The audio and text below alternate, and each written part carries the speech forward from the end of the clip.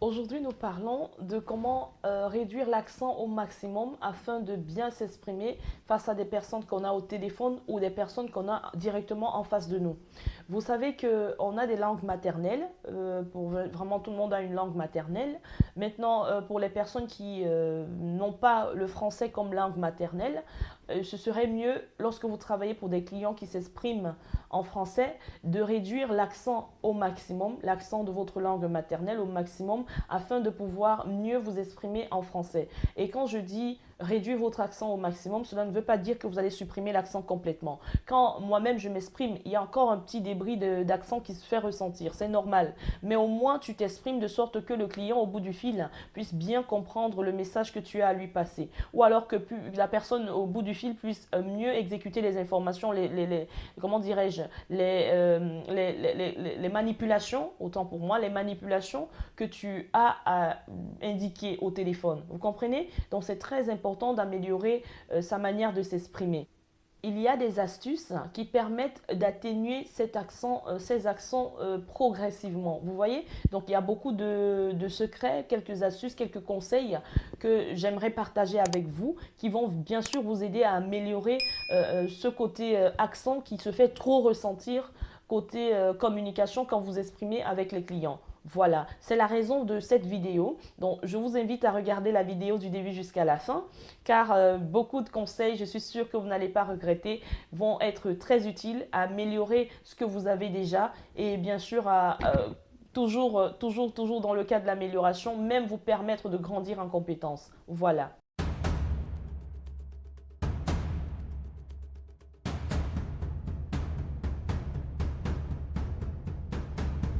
Alors, le premier conseil, c'est que vous devez identifier les points sur lesquels vous devez travailler.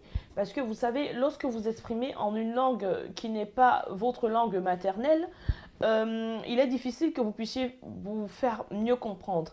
Il est aussi très important que vous puissiez savoir où est-ce que vous devez améliorer, où sont, du moins, quels sont les mots que vous avez des difficultés à prononcer, par exemple. Et cela, vous pouvez le déceler en vous rapprochant des amis ou alors de vos proches pour leur demander, par exemple, est-ce que moi, c'est plutôt, j'ai des difficultés à prononcer le S.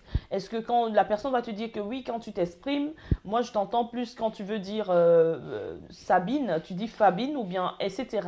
La personne va te dire ce qu'elle n'entend pas. Ou alors que tu dis le che au lieu du feu. En fait, CH par exemple au lieu du FH. Vous voyez? Donc, il y a ces petits mots qui généralement reviennent souvent, on s'en rend même pas compte lorsqu'on communique, mais c'est en essayant de mener une petite investigation vis-à-vis de vos proches que vous allez savoir ce que vous devez améliorer. C'est le premier point. Il faut savoir, et on dit généralement que quand tu as un problème, il faut d'abord savoir, toi-même reconnaître que tu as un problème.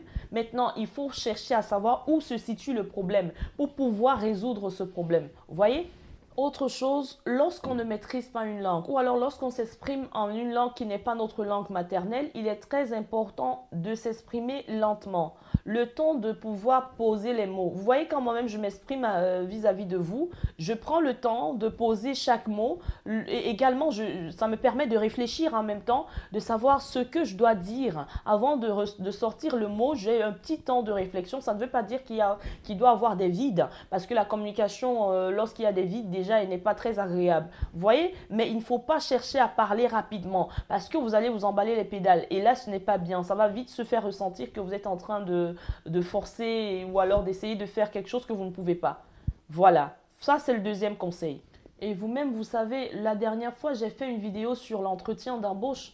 Lorsqu'on est en phase de recrutement et que vous êtes face à d'autres candidats et que le candidat en face de vous, lui, il a un accent qui est moins prononcé contrairement à vous, vous comprenez que même si vous avez de très bonnes compétences, on suppose que vous deux, vous avez les mêmes compétences. Qu'est-ce qui va vous différencier? On va pas te retenir parce que toi, tu as un accent qui se fait fortement ressentir. Vous voyez, c'est la raison pour laquelle il est très important de travailler cet accent. Très important de travailler votre accent, de l'améliorer, de réduire, d'atténuer cela au maximum. Voilà. Il faut également vous regarder dans le miroir lorsque vous faites vos entraînements.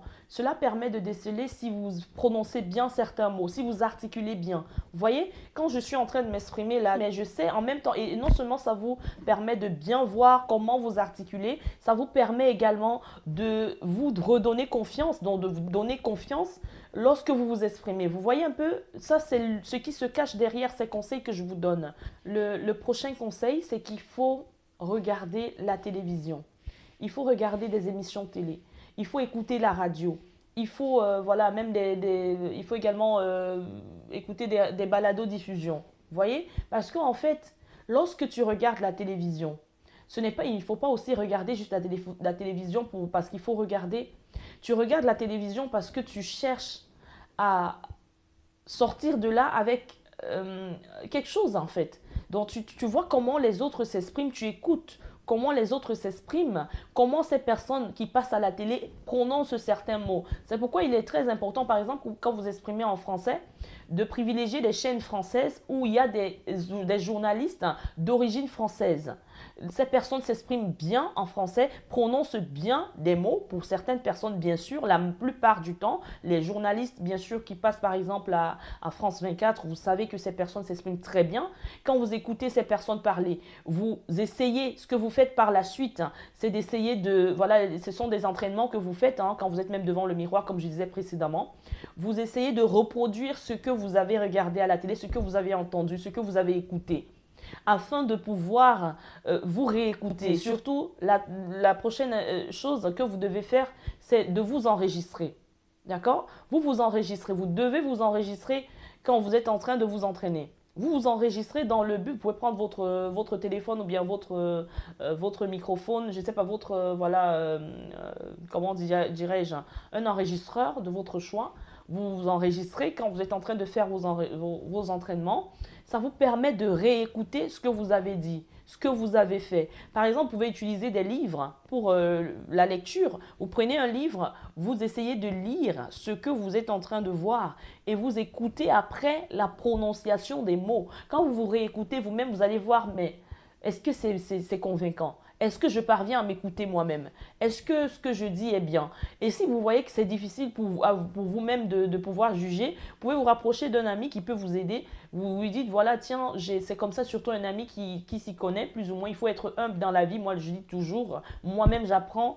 Et c'est toujours pour moi, j'ai toujours aimé communiquer avec beaucoup de personnes parce que ça te permet de gagner, même si ce n'est qu'une petite chose, pardon. Même si c'est une petite chose, tu as déjà gagné quelque chose. Donc, en fait, tu prends le temps d'écouter les autres, tu t'améliores à travers les autres. Tu vois? Donc, c'est ça, en fait, que vous devez privilégier. Quand vous vous entraînez, vous réécoutez, vous voyez si ça vous plaît quand vous écoutez. Est-ce que vous entendez, est-ce que ça te plaît toi-même? Si ça ne te plaît pas, alors tu recommences. Tu recommences l'entraînement jusqu'à ce que tu aies un rendu qui est plus ou moins acceptable.